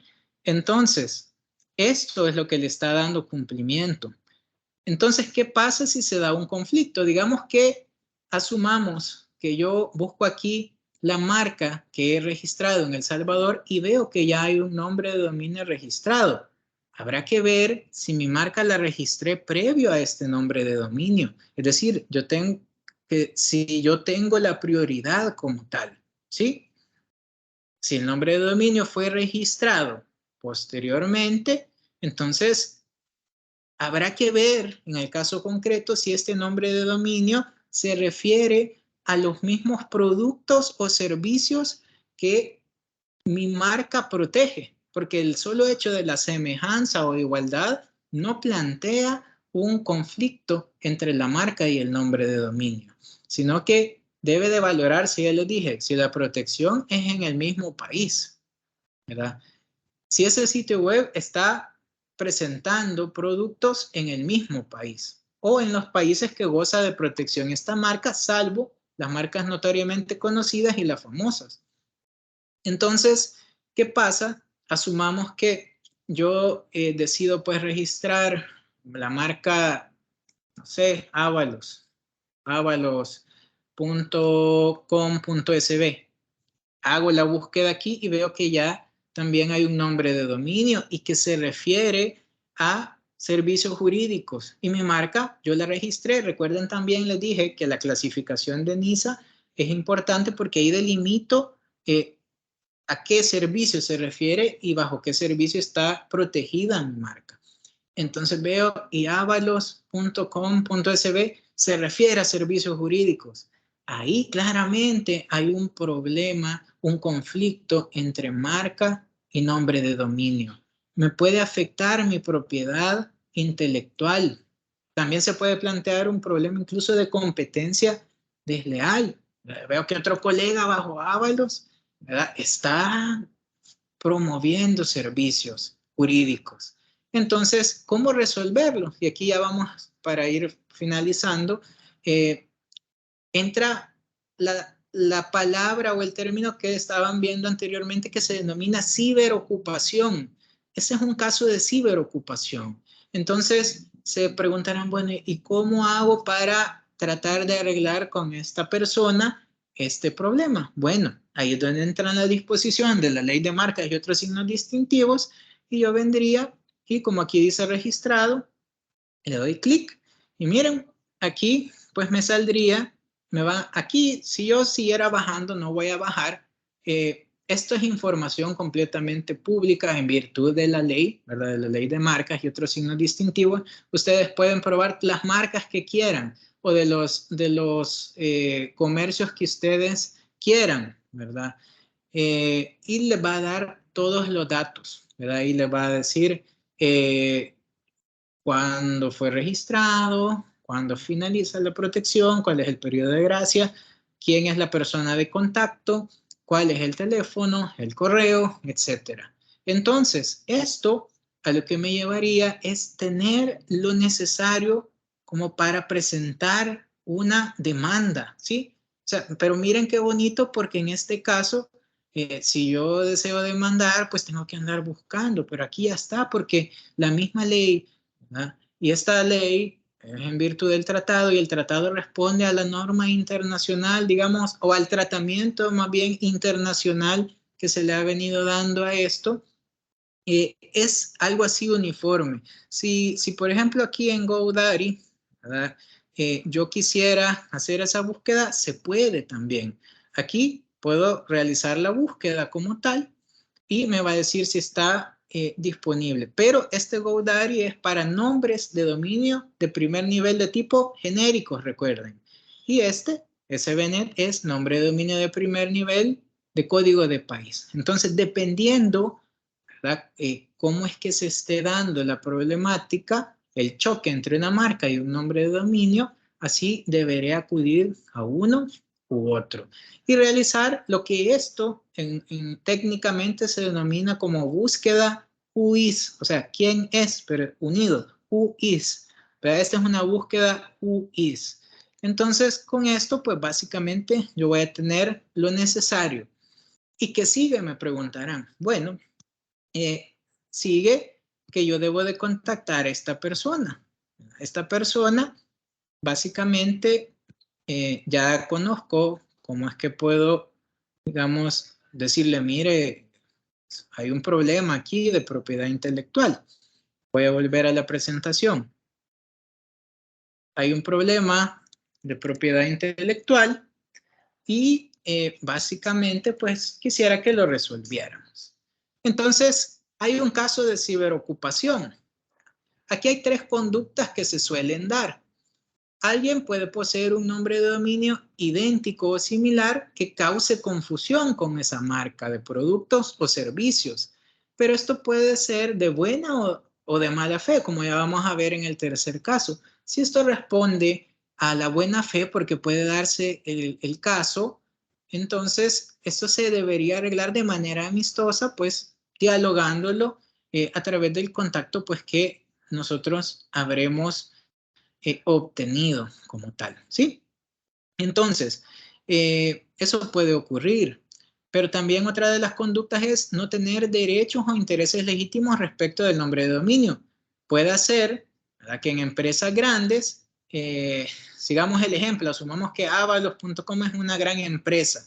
Entonces, la marca Avalos es una gran empresa y cuando yo hice la búsqueda, avalos.com, resultó pues que ya estaba registrado a nombre de otra persona. Entonces, esto, digamos, en el segundo caso, respondería a que yo le haya hecho, digamos, una especie de licencia para que pueda utilizar ese nombre de dominio que entre en conflicto con mi marca. Entonces, ahí, a pesar que es una persona distinta al titular, no habría ningún problema, pero si no se tienen esos derechos como tal, esos intereses legítimos, entonces también es un caso de ciberocupación. Y puede darse, digamos, así lo que coloquialmente podríamos denominar como el colmo de los colmos, es que alguien lo registre sabiendo que hay una marca como tal, o sea, aquí está el dolo en su máxima expresión, y lo registra con tal, pues, de interrumpir, interferir con la marca previamente registrada. Incluso para realizar actos de competencia desleal. Puede ser que yo esté promocionando productos de mala calidad y el consumidor diga, ha bajado la calidad de esta marca, pero esta marca antes era mejor. Puede darse en diferentes situaciones. Entonces, son amplios los casos de ciberocupación. Y ahí es donde debe de resolverse. ¿Qué pasa si el conflicto es a nivel nacional, llamémoslo así? Es decir, marca nacional registrada y nombre de dominio de código de país de primer nivel, ¿sí? Y segundo nivel, pues porque también tiene que ver. Entonces, ahí están los artículos que anteriormente yo les mencionaba. En virtud de esto, SBNet pues tiene una política. Si ustedes ingresan a ese sitio que hemos mostrado previamente, en una de las secciones verán que está la política de resolución de conflictos y un reglamento que también han sido creados en virtud pues de estas dos disposiciones como tal. Y ellos, o en esos documentos, básicamente pues se expresa la manera de resolverlo, a lo cual yo le agregaría que en primer momento lo que habría pues que enviar es una carta, ¿verdad? Una comunicación, un correo electrónico al que ha registrado el nombre de dominio en conflicto con la marca, lo que se conoce como un documento pues de cese y desistimiento de esa conducta. Decirle, mire, le hago de su conocimiento tal y tal, ¿verdad? Que pues existe este conflicto entre la marca registrada bajo el número tal, en fecha tal, y el nombre de dominio pues registrado en fecha tal. Y en razón de ello, de manera pues inmediata, solicito que cese el uso, ¿verdad? Entonces, aquí lo que se puede hacer es que si la persona realmente obedecía a una conducta no dolosa, pues asesorado lógicamente, entenderá y hará la cesión del nombre de dominio al titular de la marca. Pero si esto es doloso, lógicamente pues no va a ocurrir eso. Entonces deberá escalar un poquito más, se deberá dar otra vuelta a esa tuerca. Entonces, estos documentos que menciono prácticamente establecen una vía de resolución de ese conflicto a través de un arbitraje que se ha dispuesto que es a través de la Cámara de Comercio Americana en nuestro país, de la AmCham, siguiendo lógicamente sus reglas. Ahí pues en su página está todo lo respectivo a ello, al procedimiento como tal, los costos que esto lógicamente pues tendría, y esa sería la forma de resolverlo. Si es de un nombre de dominio de tipo genérico, de primer nivel, entonces aplica, ¿verdad? O el ente en donde lo deberíamos resolver es a través de la ICANN, que tiene un grupo de expertos en la OMPI. Todo esto se realiza, no crean, de manera física, se realiza de manera virtual, ¿sí? En el caso, bueno, de nuestro país, sí es conforme pues a las reglas de la Cámara de Comercio, pero en el caso de la OMPI, la demanda que se presenta, una vez pues tenemos los datos de esta persona, todo lo que pues nos facilita la búsqueda JUIS, es básicamente una demanda que se envía por correo electrónico a este grupo de la OMPI. Ustedes pueden entrar a esta página como tal de la OMPI. Ahí está la parte de solución de controversias en materia de nombre de dominio. Se establece el correo, ahí también está lo que cuesta. Puede ser solamente un tribunal de una persona, ¿verdad? O puede ser de 3, de 5, dependiendo de la cantidad de nombres de dominio que puedan estar en conflicto. Porque no pensemos solo en uno, pueden ser varios. Entonces, también el demandado pues tiene derecho a que esto pues se le haga de su conocimiento y él decir, mira, yo no quiero algo unipersonal, yo quiero que sean 3 personas. Lógicamente eso pues le va a acarrear pues costos a él, ¿verdad? Entonces, ya la misma política uniforme de solución de controversias en materia de nombres de dominio determina cómo es que esto va a funcionar. Todo se hace escrito, los traslados se hacen escrito y la resolución del grupo de expertos de la OMPI se da por escrito.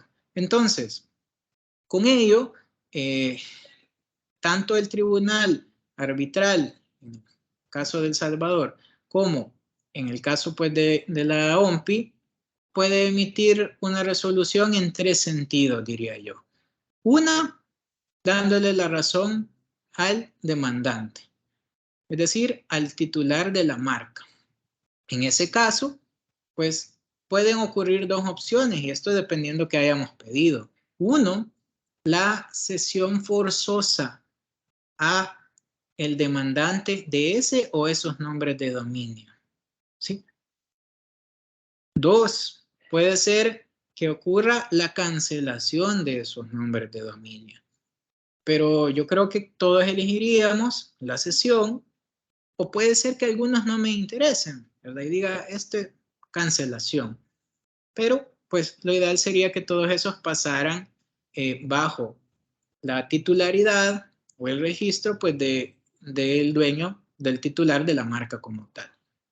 Entonces, esas serían 2 opciones. 1, la transferencia forzosa, la cesión forzosa. 2, puede ser la cancelación como tal. Y 3, pues que el demandante no tenga la razón y que le digan, pues, mire, no va a lugar. Entonces, con eso pues se cerraría la controversia como tal. Entonces, como ustedes ven, es bastante interesante y ágil. O sea, son, diría yo, procedimientos que son muy bonitos, muy interesantes y que están diseñados para ser resueltos de manera práctica a nivel internacional, ¿sí? Y bueno, lo último, algunos casos que se han dado en este segundo, digamos, en esta segunda parte, en la ICANN. Tenemos, por ejemplo, el caso de Jorge Mario Pedro Vargas Llosa versus el Instituto Cultural Mario Vargas Llosa. Entonces, ¿a qué se refería este? Bueno, en este caso, un instituto había registrado el nombre de dominio Mario Vargas Llosa y, bueno, el connotado escritor dijo, mire, yo con este instituto no tengo relación, o sea, ellos no tienen derechos ni intereses legítimos. Y cuando uno entra al sitio web de ellos, hasta anuncios hay, entonces están lucrando a costa de mi nombre, de, pues, de mi fama, ¿verdad? Y algo muy interesante es que Mario Vargas Llosa, pues, no tenía registrada su marca, ¿sí? Entonces, esto, bajo el criterio del grupo de expertos de la ICANN, es también materia de conocimiento, las denominadas marcas de hecho, las que no están registradas. Claro, el grupo de expertos pues tiene sus criterios que básicamente deben de coincidir con la función de una marca, es decir, que pues identifique un producto, identifique un servicio, en el caso pues que tenga una trascendencia internacional, como le era el caso, como es el caso pues de este escritor, y dijo, bueno, se configura perfectamente la protección y realmente el instituto no pudo justificar que tenía alguna relación como tal y la decisión fue transfiérase el nombre de dominio a don Jorge Mario Pedro Vargas Llosa. Otro caso, ¿verdad? Walmart Stores contra esta otra persona, Michael Debra Hughes, básicamente pues registró el nombre de dominio walmart.cr. Este es un caso, miren, el CR es de un nombre de dominio ¿de qué tipo? De primer nivel, pero de código de país, ¿sí? De Costa Rica. Entonces, hay un dato muy importante, y es que en el caso, yo les dije, de El Salvador, se debe de seguir el procedimiento a través de la AmCham, ¿sí? Pero si el país como tal se ha sometido a que sus casos puedan ser conocidos por el grupo de expertos de la OMPI, entonces también pueden conocer de los nombres de dominio de primer nivel de código de país. Entonces, en el caso de Costa Rica, así ha sido. En nuestro caso, no es así porque no hemos sometido, digamos, la resolución de conflictos a través de este grupo. Solamente si son casos de nombres de dominio de primer nivel genéricos, ahí sí podemos nosotros actuar como tal a través de ese grupo. En este caso, se conoció de un código de país, nombre de dominio de código de país, y se probó, lógicamente, pues que había, digamos, actos que básicamente atentaban contra la marca Walmart. Y pues la decisión, transfiérase el nombre de dominio. Lo mismo ocurrió con Skechers, Estados Unidos. Se había registrado por parte de esta persona, Ceneville Sibila, el nombre de dominio zapatillas Skechers 18.es. Entonces, esa marca ya la tenía registrada Skechers en la Unión Europea, en España. Bueno, para toda la Unión Europea.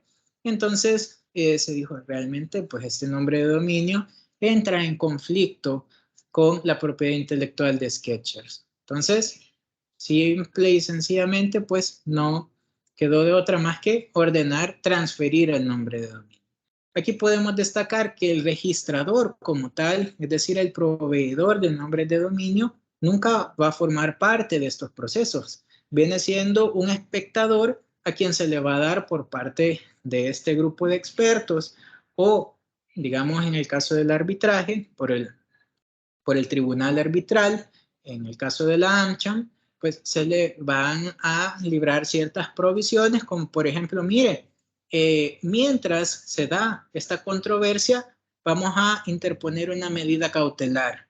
Por ejemplo, que este dominio no lo pueda ceder en estos momentos esta persona. Eso lo puede hacer estos grupos. Es como un tribunal con todas sus facultades. Y el registrador debe de congelarlo como tal.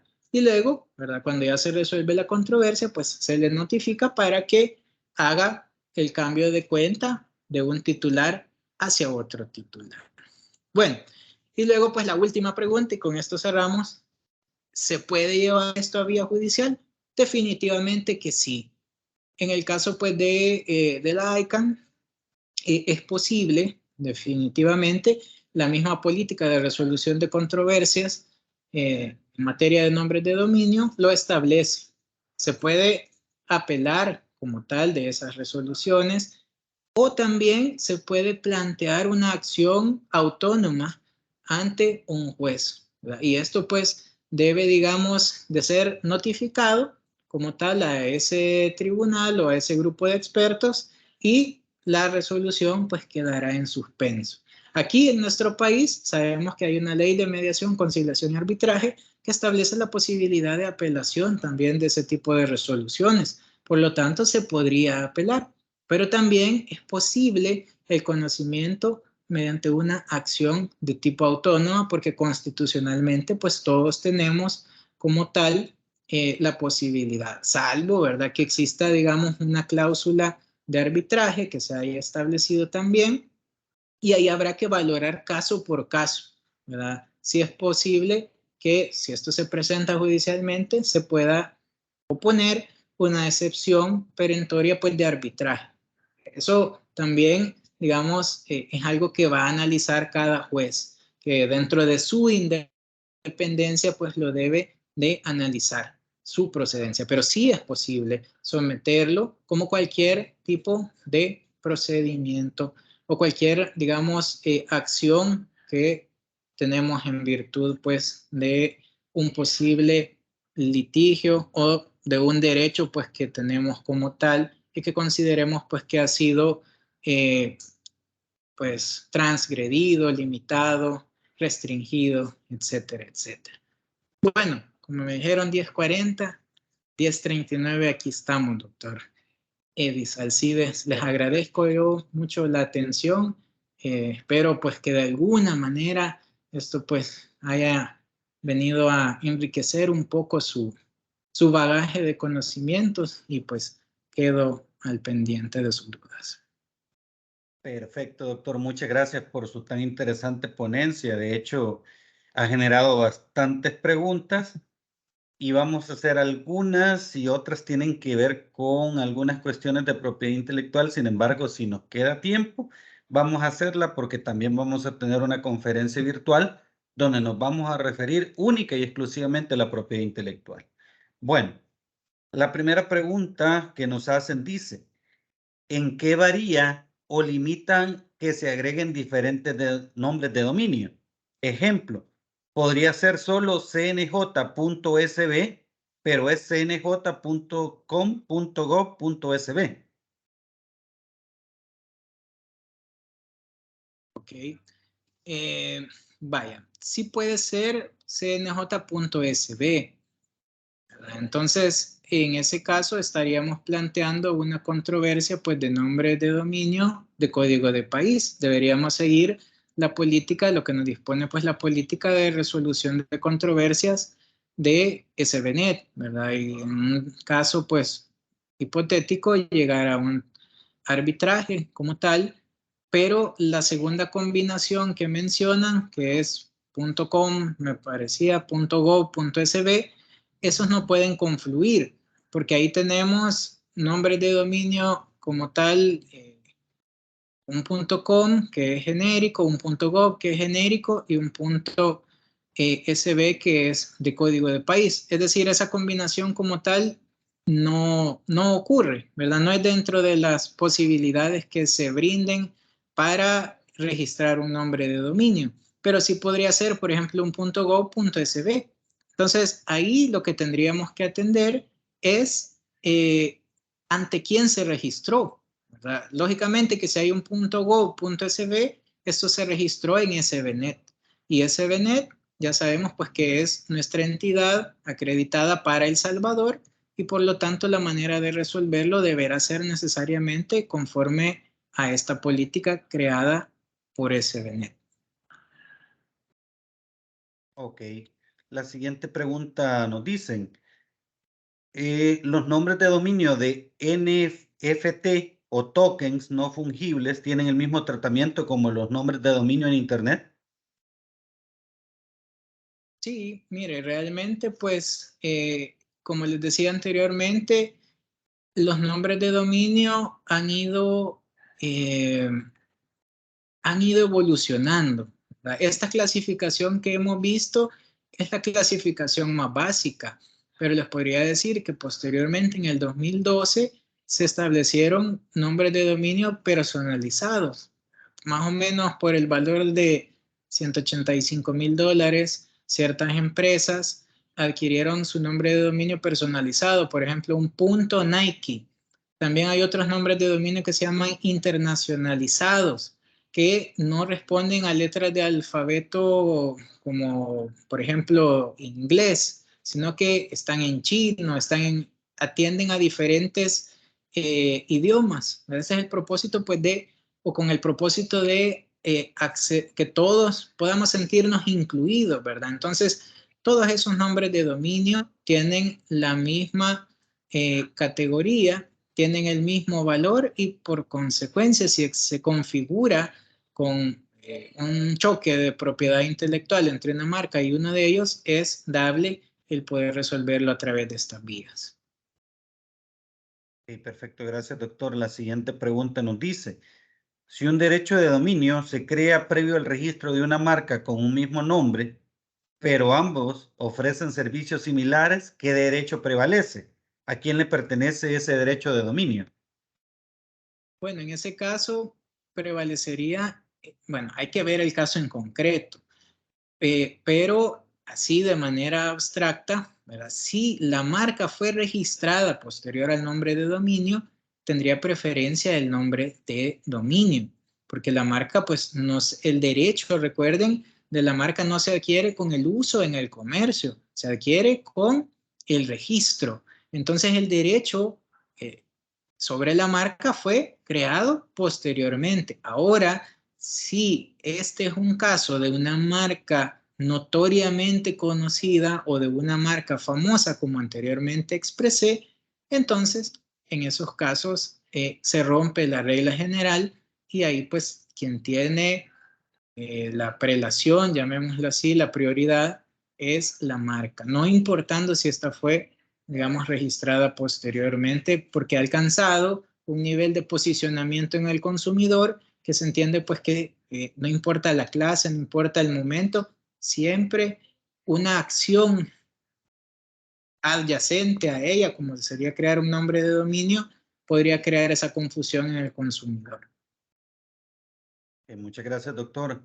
Dice por acá, buenos días. Es en el caso del himno nacional de El Salvador que aparecen los derechos para YouTube, que si se quiere usar hay que pagarle a ellos por ese derecho. No sé si es así. Doctor, ¿podría repetir la pregunta porque se congeló aquí la Ok, conexión? perfectísimo. Disculpe. Dice, buenos días. En el caso del himno nacional de El Salvador, que aparecen los derechos para YouTube, que si se quiere usar, hay que pagarle a ellos por ese derecho o no. Bueno, tendría que ver quizás un poquito más a detalle porque creo que hay elementos que faltan en la pregunta, ¿verdad? Pero para responder, digamos, no, el himno salvadoreño pues no puede, digamos, generarle a nadie un beneficio, ¿verdad? Porque es parte de nuestro patrimonio como tal, como Estado, ¿verdad? Entonces eso no podría ser de esa manera. Distinto pues son las canciones, ¿verdad? Que yo pueda utilizar, que pues están o que tienen un propietario, un autor y que esto pues también está representado por diferentes sociedades gestoras de derechos de autor. En esos casos sí, cada reproducción pues podría llegar a tener un costo, pero no así el caso de un himno de un país. Ok, luego dice, para tener el dominio y el certificado para firma digital de aplicaciones, documentos y comunicación segura en Internet, debe estar la empresa constituida en el país con logos y distintivos dentro del CNR, en el registro de marcas y patentes, o solo se puede utilizar el dominio como tal. No, para yo poder suscribir un nombre de dominio no necesito nada de lo que se menciona ahí. Basta con que yo realice una búsqueda y esta búsqueda pues me establezca que está libre el nombre de dominio y entonces con ello pues si yo pago la tasa que se establece en la empresa, ¿verdad? Entiéndase SBNet, GoDaddy o cualquiera de las 3,000 existentes, yo con eso perfectamente puedo registrarlo, ¿verdad? Y ahí tenerlo. Y siempre y cuando no moleste a nadie, no hay ningún problema en eso. Ahora, lógicamente que si yo estoy adquiriendo ese servicio, ese nombre de dominio, será porque también pues, me va a servir para mi empresa, pero no es necesario en lo absoluto. Ok, perfecto, doctor. Dice acá, y esta pregunta fue bastante reiterativa durante su exposición. Dice, ¿los nombres de dominio son distintivos comerciales? Dentro de las teorías que veíamos está la del signo distintivo, ¿recuerdan? Es la tercera teoría. Si esto fuera un signo distintivo, ejemplo, son las marcas y los nombres comerciales, tendríamos que encontrar su desarrollo en la ley de marcas y otros signos distintivos. Si ustedes ven cómo es el procedimiento para registrar un nombre comercial, cómo es el procedimiento para registrar una marca, está bien detallado, se establece la solicitud, se establecen publicaciones, se establece pues un periodo de oposición, un pago de derechos de registro, la expedición de un certificado, En el caso de las marcas se dice pues que se adquiere la propiedad como tal. Y en el caso del nombre comercial, el efecto del registro es eminentemente declarativo, es decir, ahí sí no se adquiere la propiedad mediante el registro. Pero esto lo digo porque está detallado en la ley de marcas y otros signos distintivos. Para el caso de los nombres de dominio, solamente está el artículo 113A, pero ese no detalla cómo registrar un nombre de dominio, o sea, no le da una categoría de signo distintivo.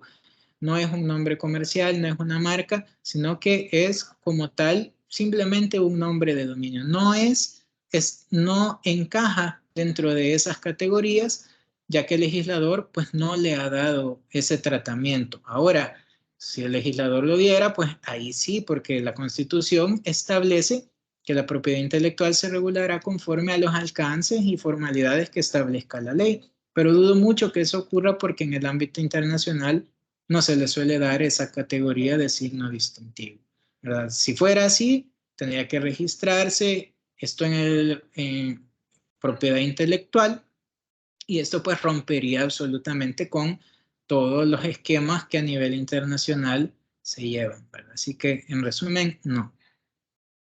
Ok, perfecto. Acá nos dice, ¿y esas autoridades acreditadoras, quién las paga? ¿De dónde salen o cómo aparecen? Ok, ICANN y ANA realmente pues son, todo esto recordemos obedece a la historia que un poquito breve les contaba, ¿verdad? La historia del surgimiento de Internet, del sistema de nombres de dominio. Esto surge a nivel pues de un proyecto de Estados Unidos, del gobierno de Estados Unidos. Entonces ellos son los que, estos señores, John Postel, la que les mencionaba, fueron los creadores de la IANA. Entonces esto estaba ligado y financiado por el Estado, por el gobierno pues, de Estados Unidos. Como esto ha ido creciendo, ¿verdad? Se creó la ICANN, que es una institución sin fin de lucro estadounidense, y en un principio pues tenía claro nexo con el gobierno de Estados Unidos, pero como el Internet es de todos, ¿verdad? Entonces, esto, digamos, esta relación en su momento, allá estoy hablando en la década de los 2000, hace poco, ¿verdad? 2010, 2015, 2017, finalizó ese acuerdo que existía entre Estados Unidos, la ICANN, ¿verdad? Esa dependencia, llamémosle así, y la ICANN pues está compuesta, a pesar de ser una entidad sin fines de lucro, está compuesta por diferentes personas, diferentes grupos de diferentes países, y aunque tiene pues su sede principal en Estados Unidos, básicamente también tiene muchas sedes en diferentes partes del mundo. Ok, perfecto. Acá nos preguntan también, ¿cómo se puede registrar la marca para que sea internacional? Tal vez esto trasciende, Sí. pero tal vez nos puede comentar, doctor, por favor. Bueno, realmente hay una posibilidad que es hay un instrumento internacional que se llama el Sistema de Madrid. El Sistema de Madrid lo que permite es registrar mediante una sola solicitud una marca en diferentes países, pero El Salvador no se encuentra o no forma parte del Sistema de Madrid. Entonces, la forma, pues, digamos, a pie, llamémoslo de esa forma, es que podríamos ir registrando en cada uno de los países que nos interese nuestra marca. Por ejemplo, si yo quiero protección en El Salvador, me voy a propiedad intelectual, registro, igual en Guatemala, igual en Honduras. Si lo quiero en toda Centroamérica, pues me voy a cada uno de los registros de esos países y así yo tendría pues la protección en todos y cada uno de ellos. Ahora, si esto pues trasciende básicamente a una marca famosa o marca notoria, entonces pues ya diríamos que la protección la tiene pues ganada en diferentes países de manera automática. Ok, perfecto, gracias, doctor. La siguiente, como usted hacía relación a la marca colectiva, nos preguntan, ¿qué se necesita para que un titular de una marca colectiva permita a otra persona utilizarla? Bueno, uno de los aspectos importantes de la marca colectiva que señala la ley es el reglamento.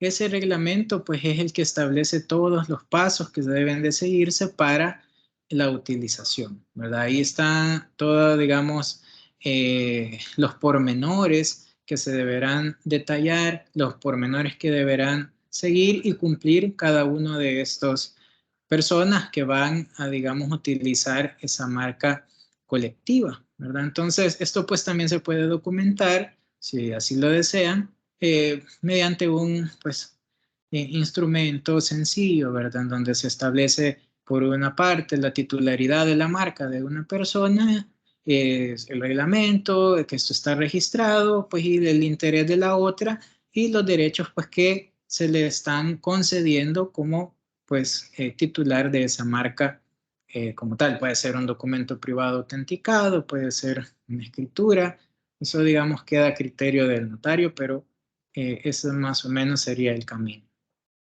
Y la última pregunta dice, ¿puede venderse el derecho de uso de una marca? Sí, no hay ningún problema. Es decir, la cesión se puede dar a título oneroso o título gratuito. Ahora, el caso es que en estos conflictos hay personas que registran nombres de dominio con el propósito de que cuando llega la marca, ¿verdad? Y desea utilizar ese nombre de dominio, sorpresa, ¿verdad? Ya está registrado, pero no se preocupe. Aquí nosotros vamos a hacer una sesión, solo me paga esto y usted siga, utilice su marca aquí en el país. Esa es una conducta que encaja en las causales de ciberocupación, ¿verdad? Y que yo puedo someter a resolución de controversia como tal, conforme a los mecanismos que yo pues les expliqué anteriormente.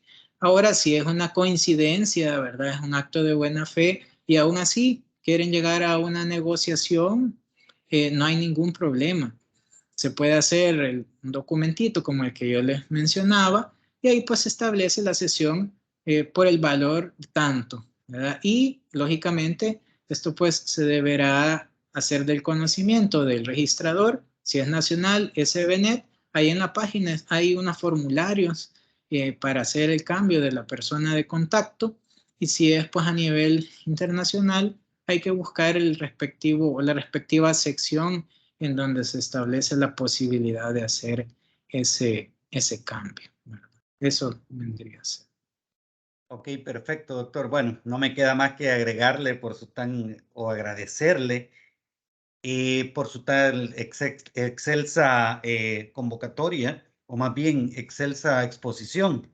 Acá nos hace una última pregunta, creo que es importante que la refiramos, doctor, disculpe. Dice, cuando hay dos nombres de dominio idénticos, ¿puede llegar a un acuerdo entre propietarios? Es un poco difícil que sean idénticos porque por eso se realiza la búsqueda de la búsqueda previa, una como las que les enseñé. Entonces, no hay posibilidad de que sean idénticos, posiblemente similares, eso sí, ¿verdad? Por ejemplo, un cnj.sb y un cnj.com.sb. Entonces, si la persona que tiene registrada la marca y tiene registrado, por ejemplo, el cnj.com.sb, este es un ejemplo, ¿verdad? Quiere también el cnj.sb, entonces se puede llegar igual a un acuerdo amistoso por un lado, o si no, pues si se configuran los presupuestos a través de las vías de resolución que antes mencioné. Muchas gracias, doctor. Bueno, insisto, muchas gracias por la ponencia. Realmente es una temática sumamente vasta que verla en 1 hora y media, 2 horas, creo que es muy reducido. Pero aún así ese ejercicio sistemático que usted ha hecho para podernos dar digamos, las pildoritas, por decirlo así, le agradecemos mucho. Realmente hay mucho de qué hablar de los nombres de dominio y sobre todo de la propiedad intelectual, pero creo que los tópicos más importantes han quedado discutidos, se han logrado hablar, e incluso esa parte que usted hacía del ejercicio para ver si el nombre de dominio estaba registrado, de estas conexiones, creo que nos contribuye a todas las personas. Sí. Comunidad jurídica y las personas, es decir, las personas que se han hecho presentes el día de ahora, muchas gracias por su asistencia. Insisto, sin su asistencia este tipo de eventos no fueran básicamente nada. Nosotros pudiéramos estar acá y realmente no hacer un análisis, o más bien no caería en algo que nosotros queremos, que les sirva a la comunidad jurídica, que hablemos de estos temas que son novedosos y sobre todo que permitan un análisis o reflexión de todos los abogados y abogadas del país. Doctor, no sé si quisiera dar algunas palabras para despedirse. Sí, bueno, igual reiterar lo que usted mencionaba, estoy totalmente de acuerdo. Espacios como este, pues yo creo que son importantes porque nos unen como gremio, nos unen como profesionales, permiten que el conocimiento fluya, que surja, digamos, expectativas, interés por las temáticas y que esto pues a la larga se traduzca en un avance porque determinamos que pueden haber cosas que pueden mejorarse, etcétera, etcétera. Y bueno, agradezco por la asistencia, por las personas que han estado acá.